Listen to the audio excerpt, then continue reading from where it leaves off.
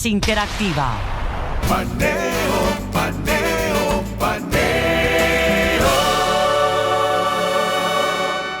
Seguimos en Paneo Semanal por esta Sol 106.5 FM, también en YouTube, en nuestro canal Paneo Semanal y en el canal de Sol 106.5. Y en nuestras redes sociales, Instagram, Facebook y Twitter, que me trabó la lengua ahí. Paneo Semanal. Así es. Tenemos aquí a César Moliné, que es un experto en tecnología ya, porque ya no le voy a decir comercio electrónico, ciberseguridad, es tecnología. No, y en un área tan difícil, porque algo que nosotros hemos discutido muchas veces aquí, el derecho, la tecnología va delante del derecho. Sí. Siempre. ¿Entiendes? Entonces el derecho, contrario a otras áreas, donde el derecho va adelante de la práctica, aquí la tecnología va adelante. Entonces, tú sabes lo que tú caerle atrás a una cosa que va tan adelante y tan rápido. Tratar de enderezar los entuertos. No, de regular lo que ya se está haciendo. Y no de regular lo que se va a hacer, es de lo que se está haciendo. Y eso es un problema. Tú decías, Eliseo, y le pedías, a ver, eso de la firma electrónica.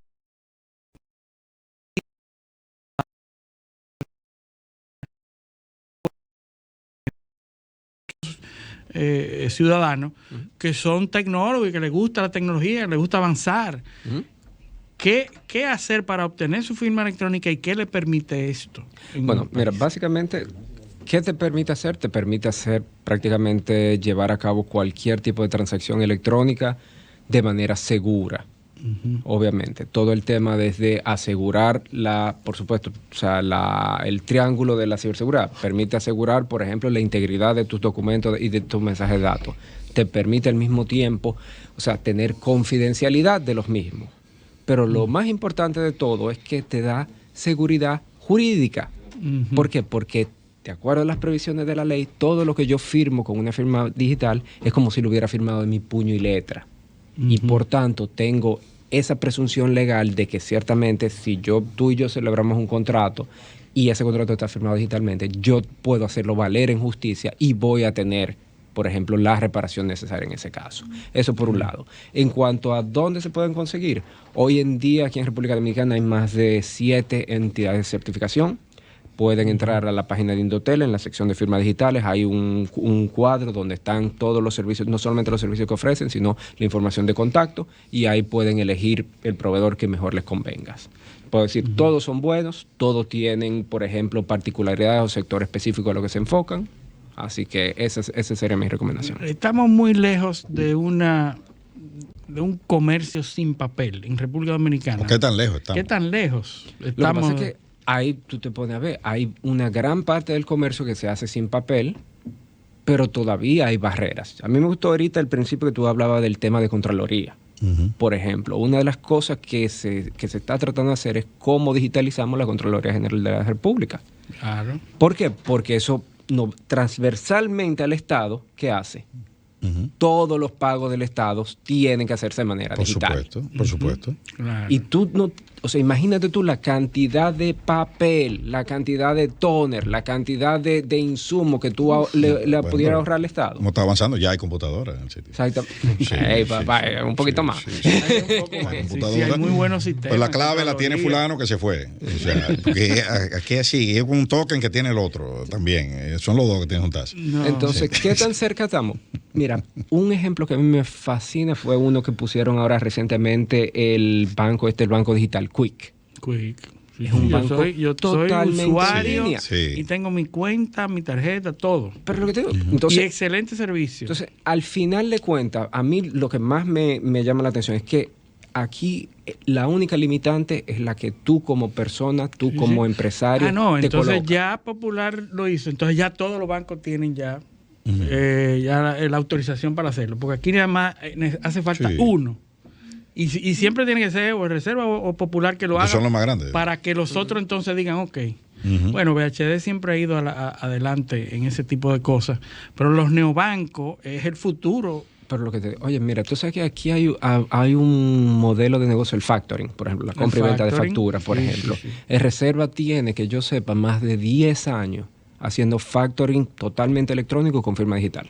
Sí, sí. Totalmente. Sí, y hay modelos también de negocio, por ejemplo, el sector Saludo. agropecuario, la pignoración. Exactamente. Un Así saludo mismo. a ¿Entiendes? Charles O sea, de Mondeser, un saludo que nos escucha. hay y muchos fue el modelos. impulsor de ese factoring aquí en el país. Pero una cuestión que también impide mucho el uso de estas tecnologías es el nivel de informalidad de la economía dominicana.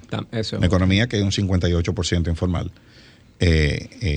Es difícil Claro. estandarizar pero todo. tú le facilitas la formalidad, la formalización. Por eso, Esa es la meta. Ahí voy. El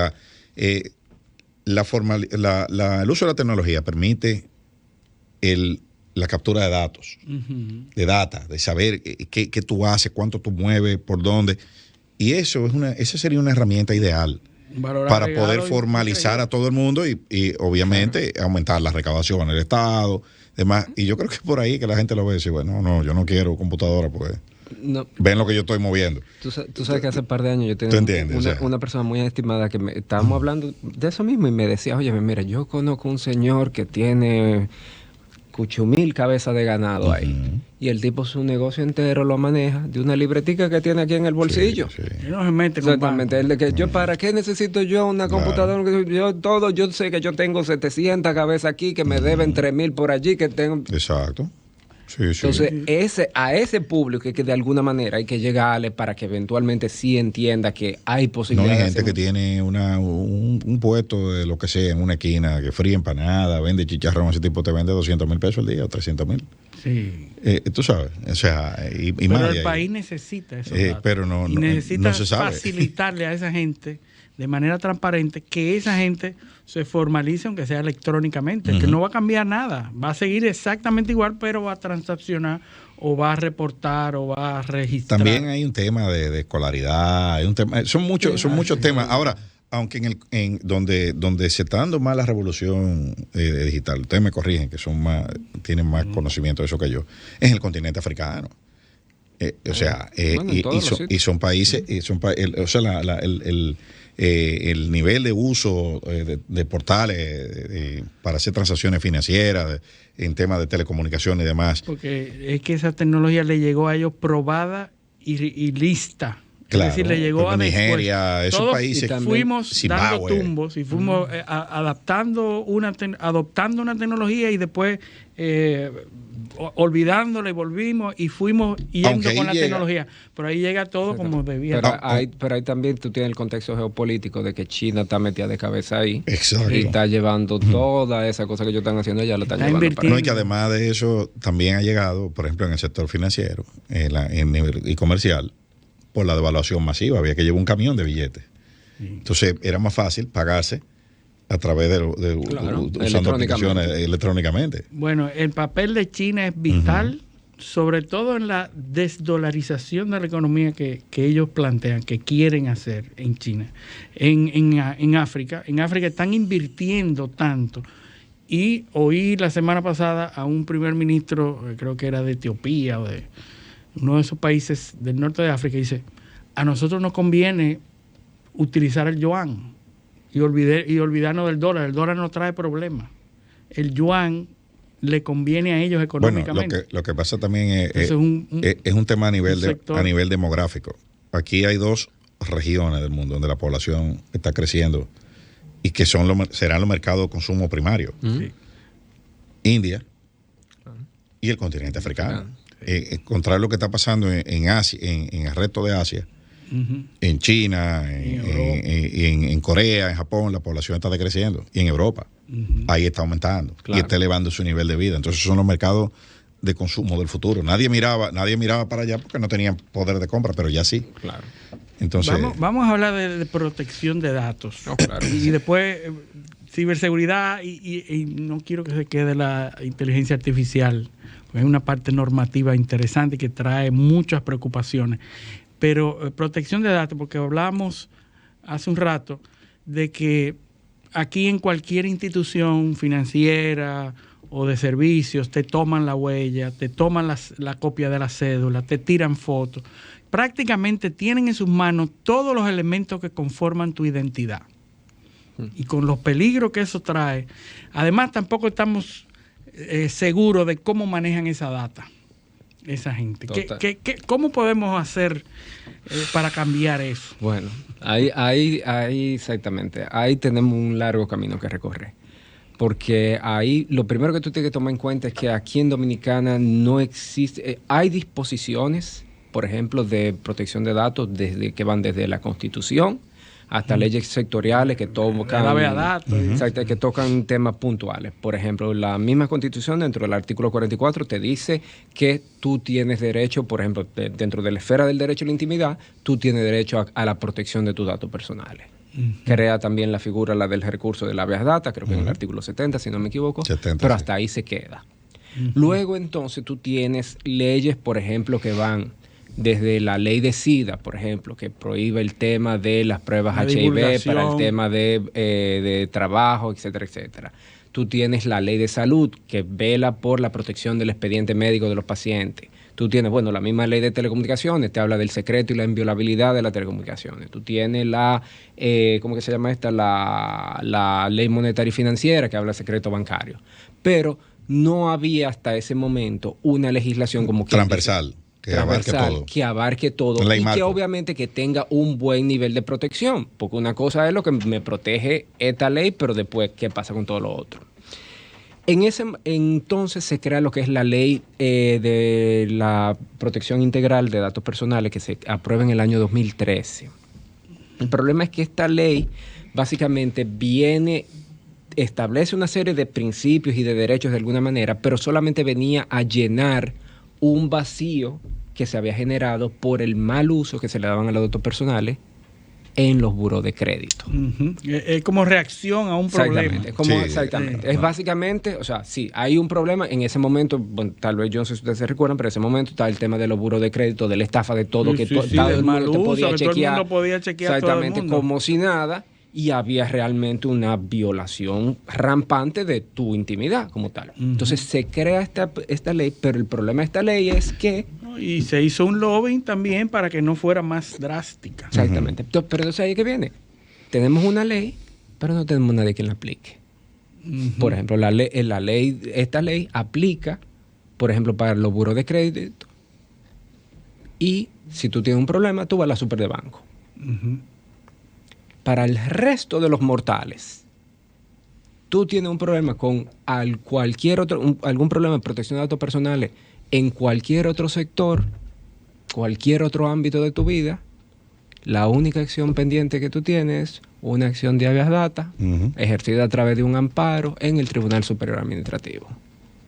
Que, ¿Cuánto cuesta? ¿Cuánto dura? No, ni siquiera cuánto cuesta. Tiene una mora, la última que yo escuché, como de unos 3 años. Sí. O sea que O sea, si tú sometes algo hoy, a los 3 años puedes... con suerte a los 3 años te sale. Y Si, ojo, si te fallan a favor. tú no sabes lo que te va a salir también. Impresionante. Entonces ahí es que ha venido desde hace unos años, incluso cuando se aprobó la primera Estrategia Nacional de Ciberseguridad, uno de los puntos que más se había hecho énfasis era el tema de contar con una nueva ley de protección de datos que fuera efectivamente más transversal. Yo creo que hay un borrador por ahí. Hay un borrador muy bueno, por cierto. No porque yo trabajé en él, pero está muy bueno. Que básicamente... Bueno, de paso tú trabajaste en él. Sí, de paso, exactamente. Sí. La mala lengua dicen eso. Muy objetivo. Exactamente. Pero lo interesante de ese proyecto, o lo interesante del tema es que cuando estamos viendo el tema de protección de datos, no es solamente un tema de un derecho fundamental, sino que tiene un ámbito comercial impresionante. No, y la gente, y es algo, mira, tú sabes lo difícil, lo que es difícil en eso. O difícil no, lo particular que a la vez hace difícil que se aplique. Es que la gente no está consciente. O sea, nosotros vamos soltando datos.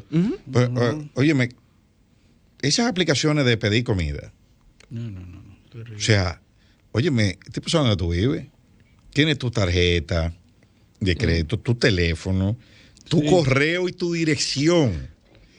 ¿Tú sabes todo lo que se puede hacer con eso? Todo lo que se puede, pero en otros países, como en Panamá hay una ley, en Europa, el GDPR, tienen... ¿Cómo tú sabes lo que ellos hacen con eso? Pero tienen el debido cuidado de decir cómo tú debes tratar esa data y con quién tú puedes compartir esa data y dónde, cómo poner a disposición esa data y cómo pedirte a ti que autorice la recolección de esos datos. Porque lo único que la ley trata de hacer es darte a ti, al usuario, tú que eres el titular de tu dato, mayor control. El control de decir sí por ejemplo, o no. El ejemplo que tú ponías ahorita de yo voy a entrar a un edificio y me piden la cédula, que sí o qué. Obviamente tú tienes la opción de no entrar al edificio y tú dices, mira, no, yo no quiero dar mi información para yo entrar.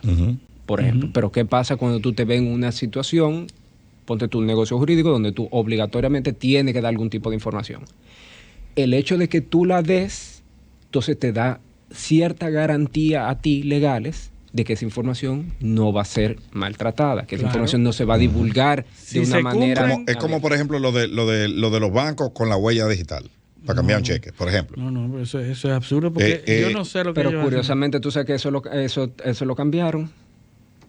Hay la ley esta que entró ahora, la 4 del 2023, la de Acto de Estado Civil. De la Junta Central. De la Junta, que te voy a ser totalmente sincero, ahí hay disposiciones que independientemente que yo sé que están en pos de defender al ciudadano. La intención es buena. Exactamente, la intención es buena, pero el mecanismo no fue el correcto. No es el idóneo. Porque entonces prácticamente una práctica comercial que se venía asegurando de alguna manera, de repente se queda en el aire.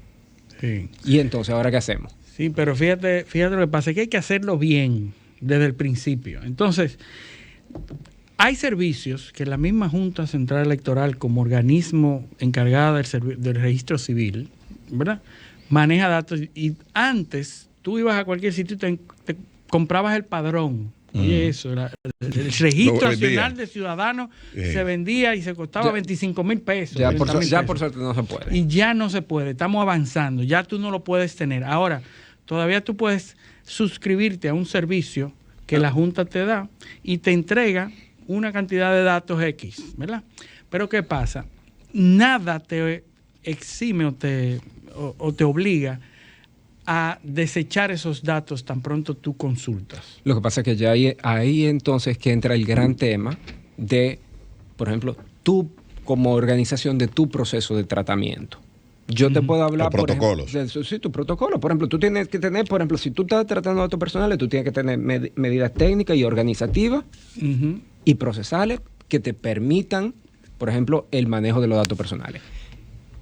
Yo te quiero poner una muy buena práctica, porque de esa yo me siento un poquitico orgullosa, porque tuvimos algo que vaya en Indotel. Por ejemplo, tú sabes que hoy en día, para tú sacar un número telefónico, sí, efectivamente te tiran una foto de tu cédula, te tiran una foto tuya, la validan con el padrón. Pero ¿qué pasa? Ninguna empresa de telecomunicaciones se queda con esa información. Esa es la garantía. Yo agarro, yo valido efectivamente que Luis es Luis, y ya esa información automáticamente se destruye. Desecharla, correcto. Entonces, así, ¿qué pasa eso? Eso, por un lado, limita que la empresa pueda guardar esos datos, que se puedan perder, que se puedan mal utilizar. Pero César, el último tema, que es el que viene ahí, a eso que tú estás diciendo, es que tú te liberas de la responsabilidad de que si tú eres víctima de un ataque de ciberseguridad, esos datos tuyos estén en manos de criminales. Claro. ¿Por qué? Porque tú hiciste buen uso de esos datos, los desechaste como tenía que desecharlos, o los encriptaste, o los hiciste indisponible. Indisponible, ¿verdad? Entonces, pero aquí no hay ninguna norma todavía que obligue a ese tipo de protección. Bueno, sí y no. Tanto así, por ejemplo, mira, tú tienes todavía, lamentablemente, la ley de gestión de ciberseguridad, por ejemplo, todavía está dando vuelta en el Congreso. Obviamente, la ley no te establece de una manera tan contundente ese tipo de cosas, sino que le dice, por ejemplo, tú eres un operador de infraestructura crítica, tienes que tomar medidas de ciberseguridad en esta área y eventualmente la reglamentación. Para la infraestructura crítica está bastante resuelto, pero para la vida diaria... No, para la vida diaria. Entonces, ¿qué pasa? Ahí tú tienes una conjunción de varios elementos. La misma ley de protección de datos, si eventualmente la llegan a aprobar, pues muy probablemente tenga disposiciones de esa naturaleza. Tenga disposiciones que te digan, mira, tú tienes que proteger la información. Por ejemplo, tú tienes una base, lo que tú mencionabas, tú tienes una base de datos de clientes y no es verdad que tú la vas a tener abierta ahí porque sí. No, tú tienes que tenerle medidas. ¿Quién accede a esa base de datos? Esa base de datos está cifrada con este tipo de tecnología. Solamente puede ser consultada por fulano y fulano. Sí, viene un hacker viene y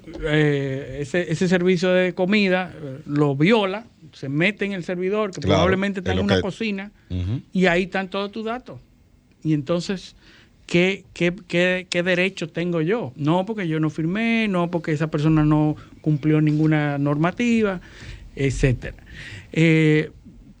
Se nos está acabando el tiempo, pero no queremos dejar los avances de la ciberseguridad, porque nosotros hablamos en la primera parte del programa de las facilidades tecnológicas, de todo lo que estamos facilitando para hacer las cosas más rápidas, mejor, más eficientes.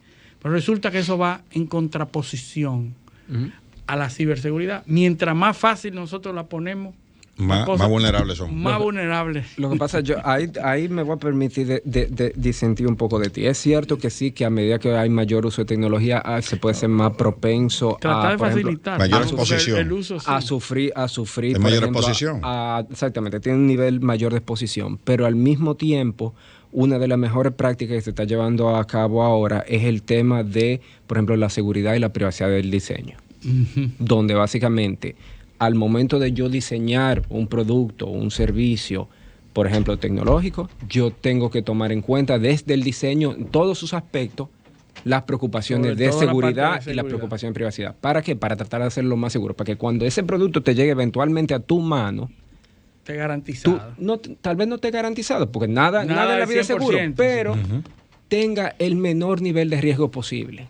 Y que tú como usuario, tú te sientas contento de que, sí, mira, esta compañía tiene buena práctica, vela por mi privacidad, vela por mi seguridad. Y que ya también hay un aprendizaje, o sea, ya hay un cierto know-how que se ha ido acumulando de cosas que en un pasado reciente o lejano no se tomaron en cuenta y ahora sí, o sea que vamos avanzando. El Centro Nacional de Ciberseguridad y el CECIR, ¿cómo están trabajando? ¿Cómo ha ido la aceptación de las instituciones públicas? Que son yo creo que es muy bueno.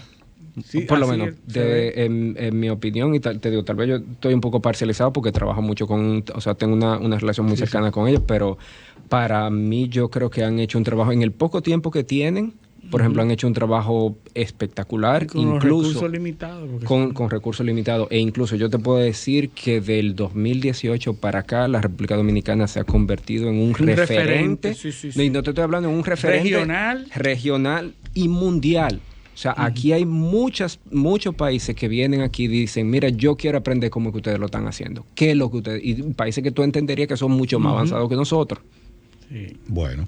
Qué bien. Bueno, pero esto es MacArthur como le digo. Tiene que volver. Me voy, pero vuelvo. Muchos temas sobre todo los peligros de la inteligencia artificial y la normativa que todavía nos quedamos pañales. Nos quedamos por con ahí la dicen que hay un artificial, proyecto de ley, me dijeron a mí que hay un legislador que está, pero mira, yo no lo he visto. No vamos a hablar de eso. No, porque hay un problema de inteligencia no artificial, de inteligencia real. Pero bueno, llegamos al final de nuestro programa. Agradecerles su sintonía en esta edición de Paneo Semanal y pedirles que con el favor de Dios nos acompañen el próximo sábado por aquí, por Sol 106.5 FM, en otra edición de Paneo Semanal. Hasta entonces. Paneo.